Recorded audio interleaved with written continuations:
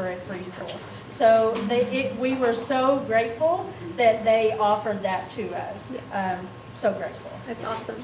Yep. Wonderful. Thank you. Thank you all. All right. What's that? Well, we've got some, we're not abandoning STEM in Clark County, to be very clear. In fact, we're going to be expanding it, but that's a surprise and delight for probably the next month. Oh, get ready. Now, you're going to be delighted and surprised. But really trying to push down STEM programming and not just drive around on a bus, but provide maybe even pre-K, K through 12. So I'll keep you updated on that. That was pretty good, wasn't it? Acknowledge CCPS instructional spotlight.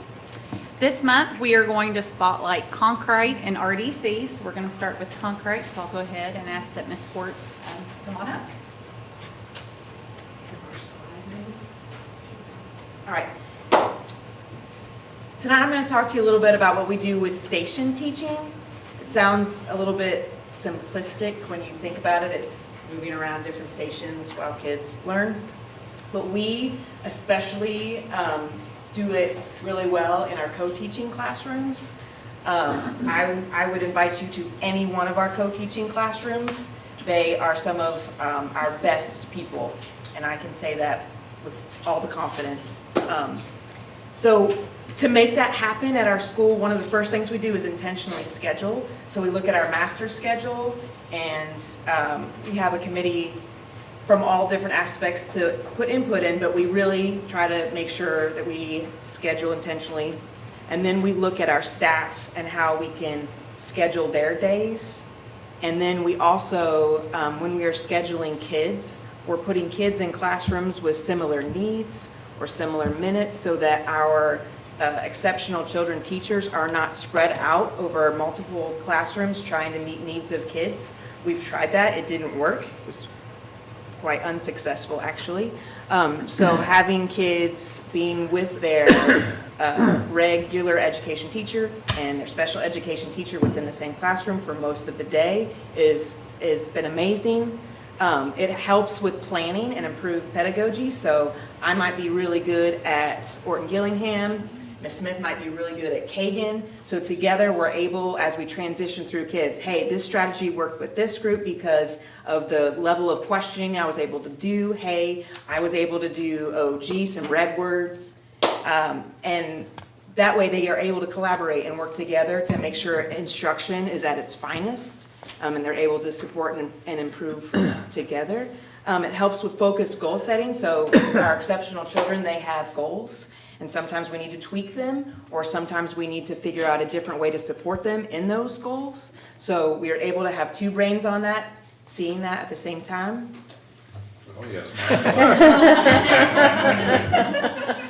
I was on a roll. I was going to beat Jason for how quickly I was going. Obviously, engagement is a push in our district right now. And so this allows for kids to be met at their level. So you're able to differentiate the different stations for what they need. These kids are doing this activity because it's at their level. These kids are doing this because it's at their level. When I come to this group, I realize this kid has moved up. These kids have not. I can switch them out. It helps in that regard with engagement. It also decreases behavior because kids are engaged and kids' needs are being met. Our needs were not being met when our special education teachers were running around classrooms. They just weren't. Behavior was not as good because our kids weren't being supported. So our kids are being supported, and so they're being successful. Differentiated instruction is also a word we like to use because it's awesome if it's differentiated, because I can pay attention if I can do it. If I can't do it, then I'm not learning. So we're able to meet kids at their level. And then the really cool thing is sometimes we throw out like, oh, those are your kids, those are her kids. We don't do that at Concrete. We really try to encourage, these are all of our kids. And so having those co-teaching classrooms, we're wrapping around and saying, these are our kids. They're all our kids, and we want all of them to be successful. So come to Concrete anytime. How'd I do? I hear good things about Concrete. So.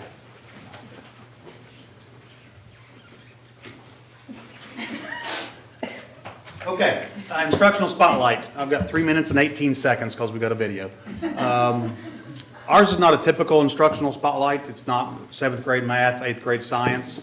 As Ms. Stewart-Hopkins mentioned earlier, sometimes 7th and 8th graders, it's a little tough to get in there and to do those type of things. So we wanted to spotlight our Amazing Shake program and just noticed the note there.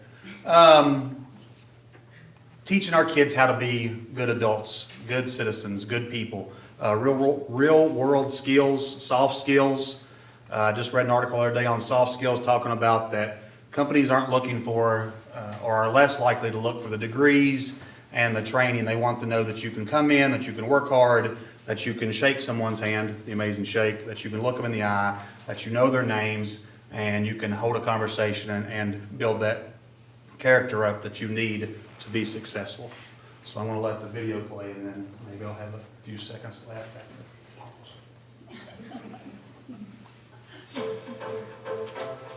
Because unless you've been to see the Amazing Shake, it's hard to really describe. And luckily, Ms. Crosby's crew did a wonderful job of capturing it.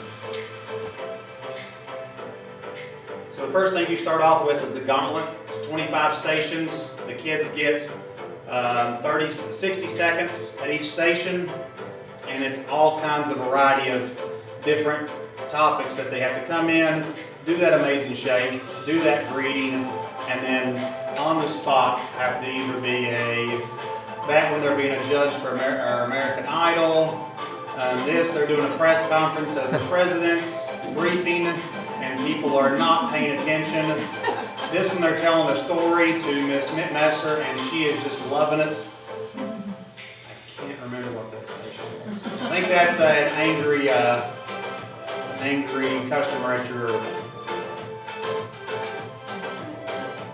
That one is a pep rally. You're getting your team charged up for a pep rally. This one is teaching Mr. Jackson how to tie a shoe, and he was wonderful all day long. That one, you're supposed to be telling this person something, but they're distracted and play with the frogs the entire time. We started off with 176. It was originally 203, but some of them backed out. 176 kids from RDC and Baker. This is the first year Baker's been involved. They sent 25 kids up. Goes through about 7 rounds until you eventually get down to the final 3, as you saw earlier tonight. And with the Baker kids, like I said, we started off with 25 of them. We had 4 in the top 10, and 4 in the top 20, and 2 in the top 10, which I thought was phenomenal. We're working with Baker for next year to increase the number of kids that come from Baker, and we're talking about how we can make this almost a year-round thing at school. Not just for the competition that these kids will go to, but where we make the Amazing Shake part of just who we are at RDC. Questions, comments? Good. I can still vote? I got more? Oh, I got more time. Okay. One thing, like I said, what we hope to do is to increase Baker because this is a 5th through 8th grade thing. We know that some of the kids that do it multiple years in a row, I know Leah Daniel and Christine Banks, that were 2 of our winners tonight, or this time with Hyde, Miss Sands, were in the top 20 last year as 7th graders. So if we can start getting these kids earlier, and again, we would like to win some national championships. We've sent some back in Mr. Howard's day. We've sent some, we've had a top 10 before. We've had several top 25s. But we would like to have some kids. And you know, when you get to that, the competition in the national, they're going up against kids that's done it for 4 and 5 years, and they're excellent at it, and they do it all year round. The Ron Clark Academy, that's what they base everything on, is the Amazing Shake. And so, not that we're going to become the Ron Clark Academy, but we'd like to get our kids to where they can look you in the eye and say, hello, Miss Hall, and know your name and be able to have a conversation. Thank you all. Thank you. I do want to take the opportunity to give a big shout out, because you cannot run the gauntlet or do the Amazing Shake without wonderful volunteers. And our community members have stepped up big time. Our parents have stepped up big time. We have business owners. We have the mayor. We have If you ever listens to Mornings on Main with Tim Smith, he still talks about his time at the Amazing Shake. So I can't name them all, but it could not be done with our community equipment business partners. And on that, yes, our hopes is to get more information out earlier, to start in like August, because we know to ask people to spend, there's 7 rounds, so that's multiple hours a day, 7 times to get people out of their businesses in the community. It takes a lot, so we hope to get out, do more of a blitz of asking for volunteers and getting people involved, hopefully when school starts. Awesome. All right, well, thank you both. Thank you. All right, Jeff, you are up. Consider approval of upgrade of wireless access points throughout GRC. Thanks. We have 8 schools that qualify for E-rate discounts, and all 8 of them are using wireless access points that are about 9 years old, and usually it's at the 10-year mark where we really think about upgrading them. We want to do that in the next couple of years, upgrade all the access points at all the E-rateable schools. This year I wanted to start with GRC. It's 228 access points. Put out a bid. We evaluated the bid based on several factors, I put the results of I gave you all the bids, but the scoring matrix you have on your desk, and then it's up there too. We looked at 4 different vendors, and some vendors put in multiple bids, and the one that we felt like was the best solution for us was the one I highlighted in pink. And that was the first one from Step CG, which was extreme access points that use Wi-Fi 6E on an on-premises solution and use 2x2 radios. I know that the bids that I submitted to you all had a lot of specs, a lot of technical stuff, and so hopefully this scoring matrix kind of makes it a little more readable, or what we were looking at. I'm not asking for, the reason I'm bringing it up before the board for approval is just because of the high dollar amount, but it's not something where I'm asking for additional money from the board. I have an E-rate budget that's built into my technology budget every year, so this isn't, I'm not asking for anything additional, I'm just asking for approval. The cost is $134,912.92, but because it's an E-rateable school, we get 85, the federal government will pay for 85% of that, so we only pay 15%, so the actual dollar amount that we will pay is, go to glasses, $20,236.94, so a little over $20,000. And typically, my E-rate dollars that I spend every year average between $30,000 and $35,000. So again, I'm not asking for anything overboard, just asking for approval because of the high dollar amount. Do you have any questions? Is this for like if you're on, like the kids are on their computer? Is it what it's for? Yeah, it's Okay. it's what our students would use when they're on Chromebooks. So that's a big part of the reason why we started with GRC. That school uses the most Wi-Fi, not only the Chromebooks, but students there are more likely to have their phones out, or more able, according to the administration, to use their cell phones. So that really required us to start with the high school first, because we want to make sure that we have right now the access points use Wi-Fi 5, and so we're just skipping right over 6 and going to 6E, which is good. And there's other things out there called Wi-Fi 7. There's also, if you notice on the scoring matrix, there's it said 4x4 versus 2x2. Wi-Fi 7 and 4x4 radios are a little beyond. It's going to be a few years down the road. Like the access points I'm asking for will future-proof us for at least 5, if not up to 10 years. All right. Anybody else have any questions? All right. If not, does anybody want to make a motion to approve or upgrade of wireless access points at GRC? I'll make a motion to upgrade the wireless access points at GRC. Motion by Ms. Hall, I'll second. second by Mr. Bennett. All those in favor say aye. Aye. Motion carries 4-0. Thank you. Woohoo. I'm waiting on Dustin. Yeah. Did you want to give a score update, Mr. Howard? Yeah. The last one I've got is 71 George Rogers Clark, 46 Montgomery County with 47.1 seconds left. in the fourth quarter. Mr. Noah Hall reports that GRC won. Bam! No 3:43 was over. call. Well, Sean Igo was delayed on this deal, so I don't know. My trusty source for the record. Okay. Oh, Jamie, left you hanging, didn't I? I Sorry, told you I Mr. wouldn't do that to you, and I did it anyway. important. That's right, good news. Consider approval of amended 2023-2024 calendar. Mr. Jamie King. So with Eclipse on April 8th and the projected time for Clark County, I thought that we would ask for you to approve an amended calendar that reflects April 8th as a teacher-staff work day, no school for students. And the amended calendar would also take into account to reflect the January 19 inclement weather day. Anybody have any? I'll make a motion to approve the amended 23-24 calendar. Motion by Mr. Dorsey, Second. second by Mr. Bennett. All those in favor say aye. Aye. Motion carries 4-0. All right, that was pretty painless. Moving Yeah, on. moving on. Great segue from amending that calendar to setting a graduation date for GRC. Been in conversation and collaboration with Mr. Toy and also Mr. Howard. You know, again, celebrating our students. Graduation's always a great day for those kids, the pinnacle of their education.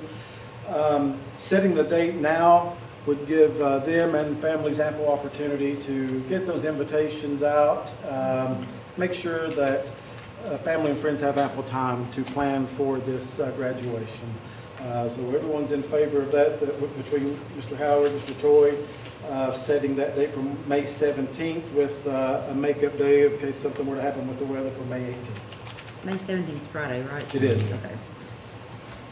I make a motion to approve May 17th, 2024 as graduation date with a makeup date of May 18th, 2024.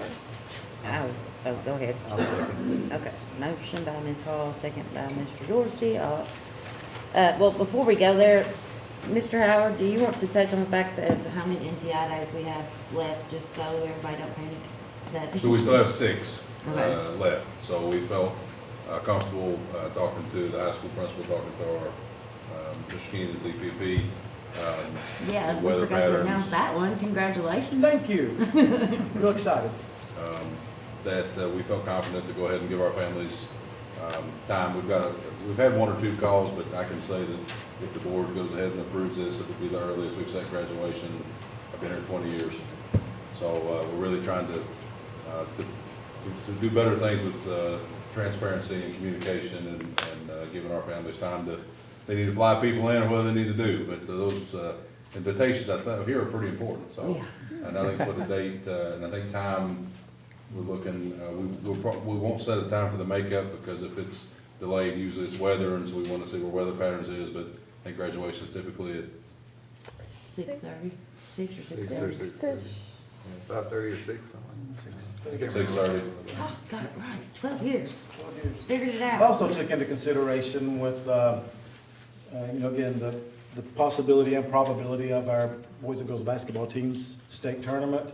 So that draw and everything came out. So as far as if and when we make it to state tournament, as we progress, everything's in the evening. So there will be no missed time for school for day games for that too. Right. I just wanted to make sure we touched on the NTI days, since I know, like, when you're home with your children, your lovely children, you forget how many days that you have left, so. So we have plenty, and March is this Friday, and like I said, we're excited. I'm excited to have the opportunity to recommend the graduation date in February instead of waiting until March or April, so. Yeah. All right, so we have a motion by Ms. Hall and second by Mr. Dorsey. All in favor say aye. Aye. Opposed, motion carries 4-0. That wasn't too bad, was it, Jamie? No. As a teacher of seniors, thank you. I've literally had 8 seniors in the last 2 days ask me, have they set a graduation date yet? Well, now you can announce it. We can make it, you can make a face page official, I hear that's the thing. Consider approval of owner architect agreement, you and your face page, I can't. It's a chance to all of it. Agreement between between CCPS and Ross Trant Architects for the renovation project of the old Clark County Area Technology Center. So this is a standard agreement that we've done with all of our other projects that we worked with any architect on. Currently, we have Ross Trant working with us on the preschool and have started doing some preliminary site work, surveying and things like that on Phoenix Academy. But before we come to the board with and start bidding this project out, we need to go ahead and do our agreement with them to where they do all the mechanical, plumbing, electrical, surveying and drawings and all that good stuff. The rates are set by KDE, so it's a standard percentage of the construction project. Was that the gentleman that was with us Yeah. when we went through the building? Yes, ma'am. Okay, gotcha.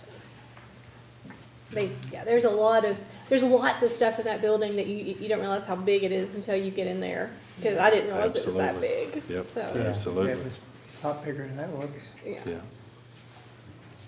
Any questions for Mr. Watkins? Not, would anybody like to make a motion? I'll make a motion that we approve the owner-architect agreement between Clark County Public Schools and Ross Trant Architects for the renovation project on the old Clark County Area Technology Center. All right, motion by Mr. Bennett, I'll second. second by Mr. Dorsey. All those in favor say aye. Aye. Opposed? Motion carries 4-0. Thank you. Thank you. Alicia, it's that time. I gotta do a 10-minute break, girl. I figured, go ahead. I see your name and it's like, it's just, I gotta do it. So we will take a 10-minute break real quick. Yeah, I think I gotta go too. We all got it. To the restroom.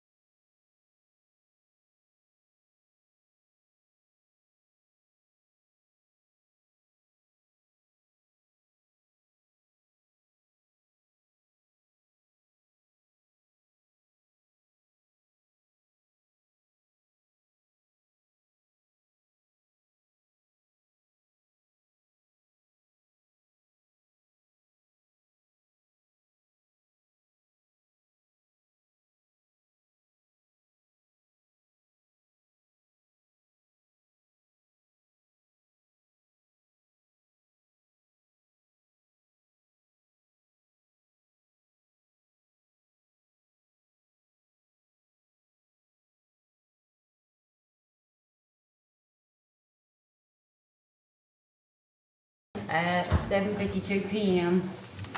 And we are now ready for Ms. Ellis.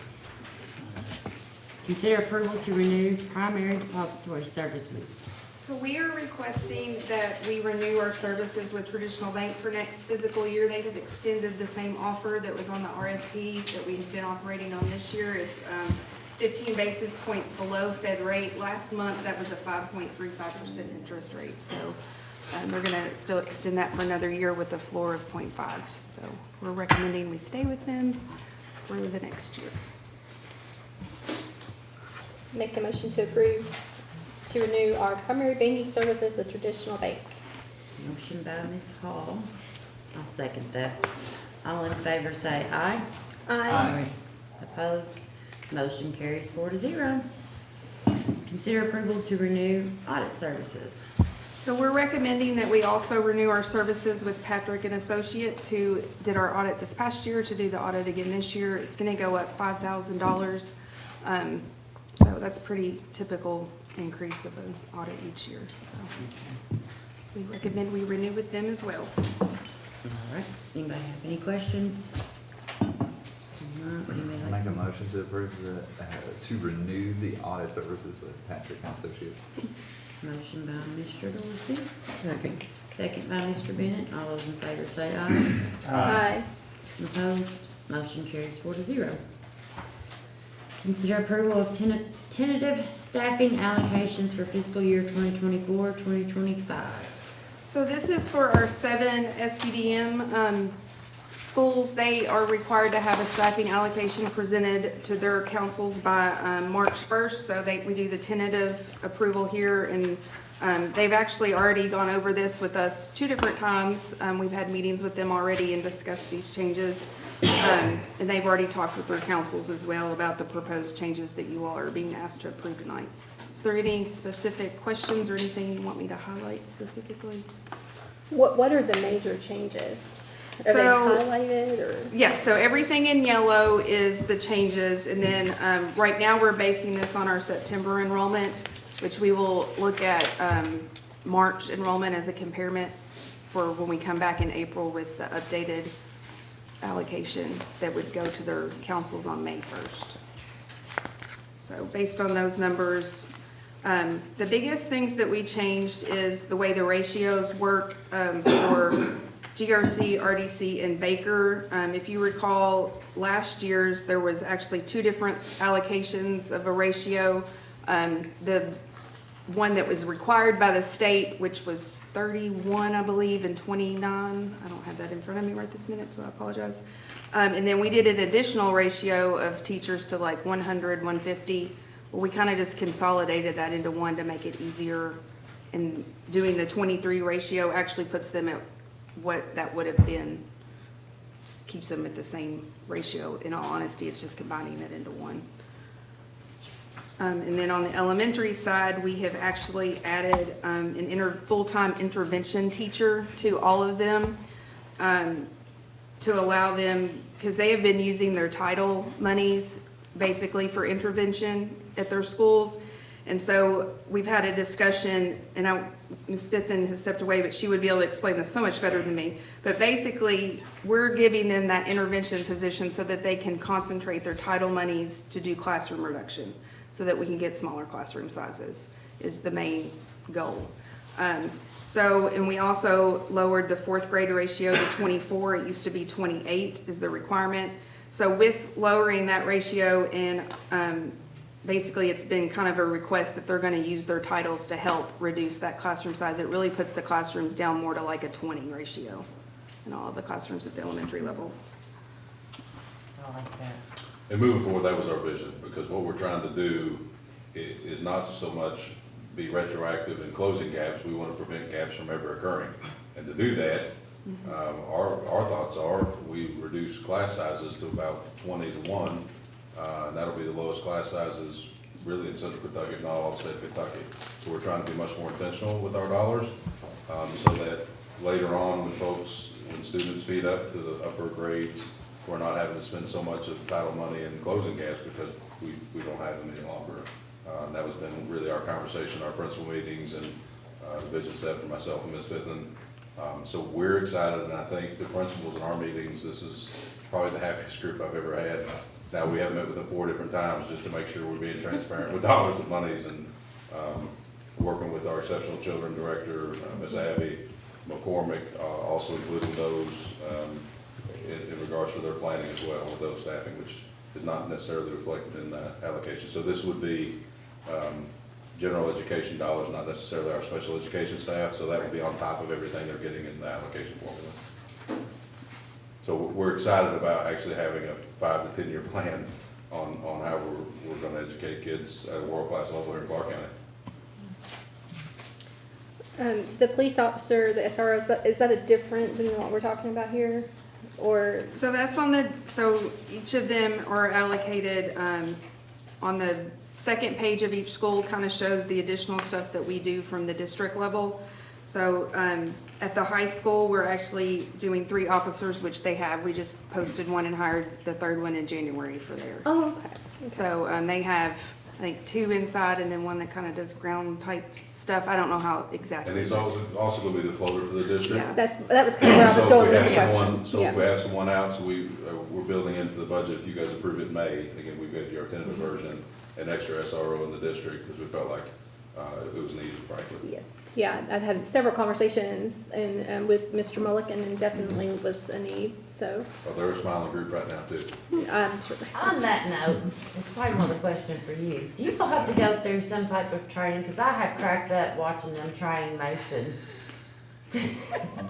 with traffic. Because I'm like, this poor man's done traffic how many times in his life, and now they've got him out there at Baker. Just within our 11-man department, we've probably got over 300 years of law enforcement experience. Yeah. Every one of us except for 2 are retired officers.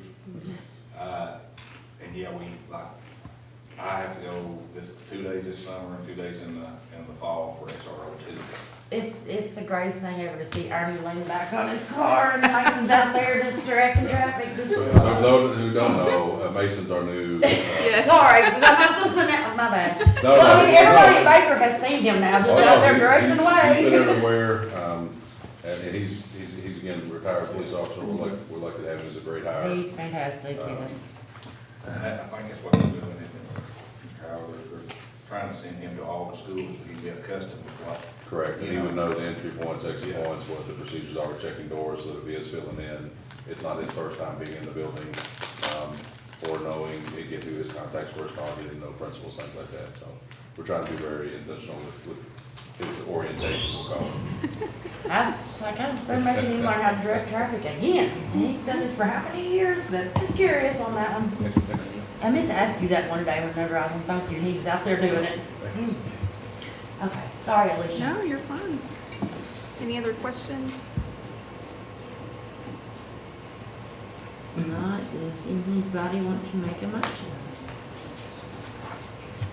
I'll make a motion to approve, or Yeah. approve this tentative staffing allocations for next fiscal Motion year. by Ms. Hall, I'll second.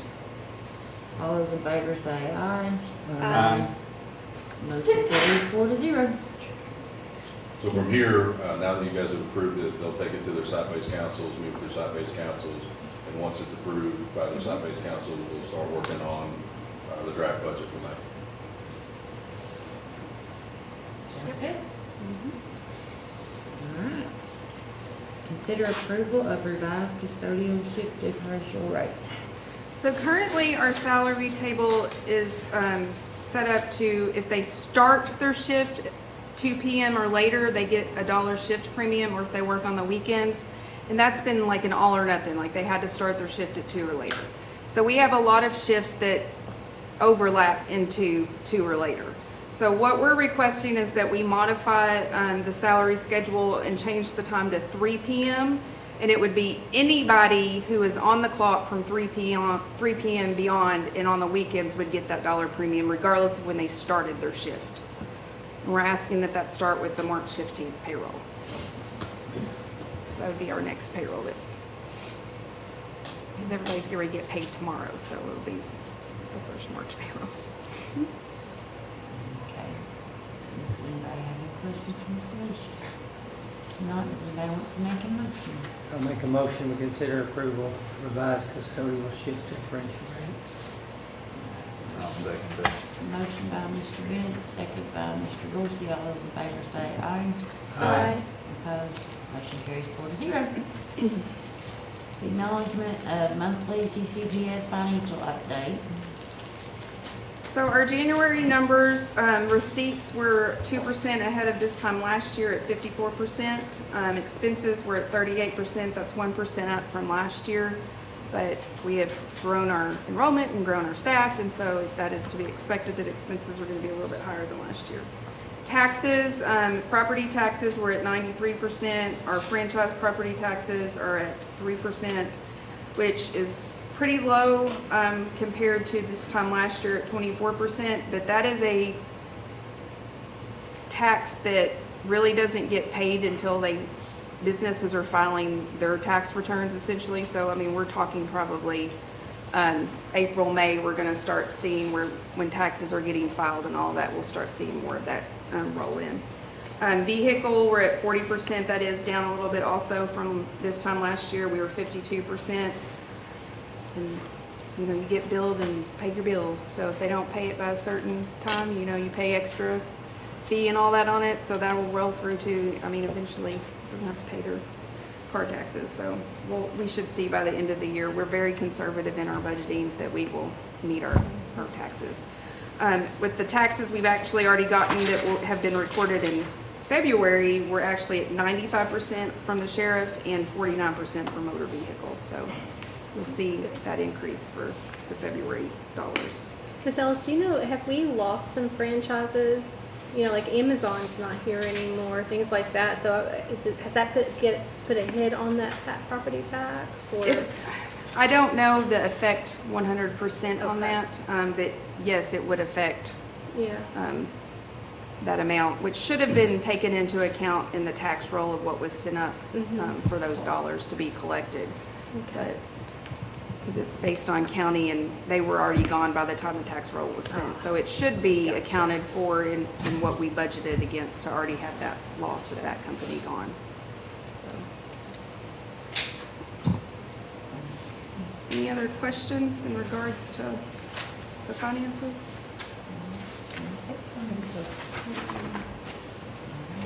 Authorize payment of salaries and accounts payable. Make a motion. Motion by Mr. Dorsey, I'll second. second by Ms. Hall. All those in favor say aye. Aye. Opposed, motion carries 4-0. Thank you.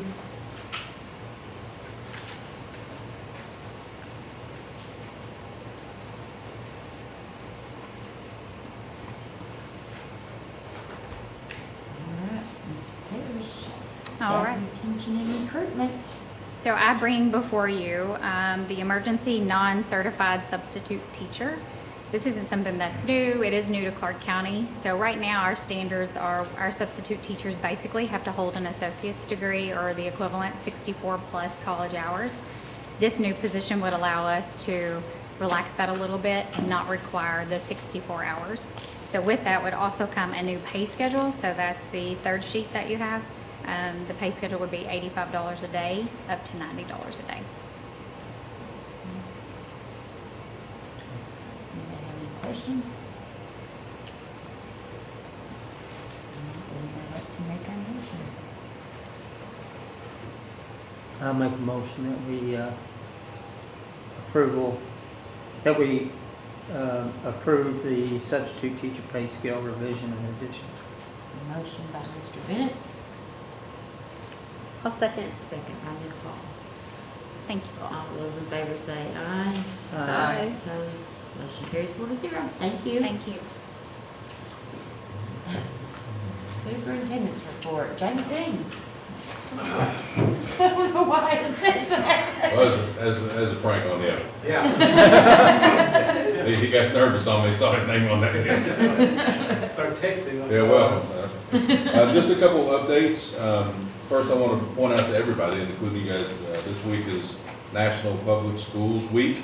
So we want to make sure and celebrate all of our staff here at Clark County, from the folks who get our kids in the morning, our bus drivers and monitors, to the diesel mechanics to make sure they work, to food services who feed them, to our staff that educate them at a high level in between, and again, double thanks to the bus drivers who take them home, right?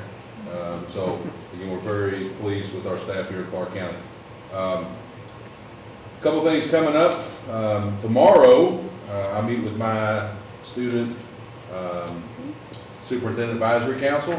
So we meet at 8:30 in the morning. We've been meeting throughout the year. Tomorrow is a day that holds a special place in my heart. It is Food Service Day. No cards. Dr. Muncie and Food Service has got a wonderful morning planned for us where the students are actually going to taste test cafeteria items, ideas for next year. So they're going to be hands-on, involved in planning the menu. I do want to give a shout out to Dr. Muncie. She's really working hard to plan, to learn, but also plan for next year and taking really input from everyone. One of the things I always look forward to clearly at my high school was lunch. And we feed 5,600 kids twice a day. And again, I really am proud with what we do, but we're always looking to get better. So if you guys are more than welcome to come by tomorrow, and I don't want to give away too many surprise lights because the kids may be watching right now because the game's over, so they instantly turn on the board meeting after that to make sure they're caught up on the happenings here at CCPS. Oh my goodness. We also have, our instructional focus has been really tight this year. We're going to continue that with Kagan coaching next week. So we'll be walking around to classrooms across the district, coaching our staff up on engagement strategies. And then on Wednesday the 6th is actually a work day. That's our 5th Kagan training day where every staff, other than GRC, I think we have one makeup day at GRC, will be finalizing their cooperative learning training for the year. So Mr. King's going to work to make sure, we've already got some things out just so parents know that the students will not be in school that day. We'll send something out on Infinite Campus so that way it's on their email. And again, just want to make sure everyone's aware. Because our vision, again, is to engage kids and make them part of their own learning again. So those were kind of the updates that I had. I am excited. This weekend, the board and myself are going to the KSBA State Conference. Big shout out to Ms. Smith. We've all got notebooks. We're going to take copious notes and learn a lot and come back. So I do appreciate the board's time. They do have required training. But we'll get that done this weekend, and I suspect we'll be giving some updates in the March meeting on things we're bringing back and learning. So that's it, other than the big go cards. Good night, good night, Clark County. Good. All right. On to consent agenda items. Is there anything that anybody needs to take off or discuss separately? All right, would anybody else make a motion for the consent agenda items? I'll make a motion to approve the consent agenda item. Motion by Mr. Dorsey. I'll second. Second by Mr. Bennett. All those in favor say aye. Aye. Opposed? Motion carries 4-0. I need a motion to go into executive session per KRS 61.810, subsection 1, subsection F, discussion or hearings which might lead to the appointment, discipline, or dismissal of an individual, employee, member, or student. I make a motion to go into closed session. Motion by Ms. Hall. I'll second. Second by Mr. Dorsey. All those in favor say aye. Aye. Opposed? Motion carries 4-0. We are in closed session at 8:12 p.m.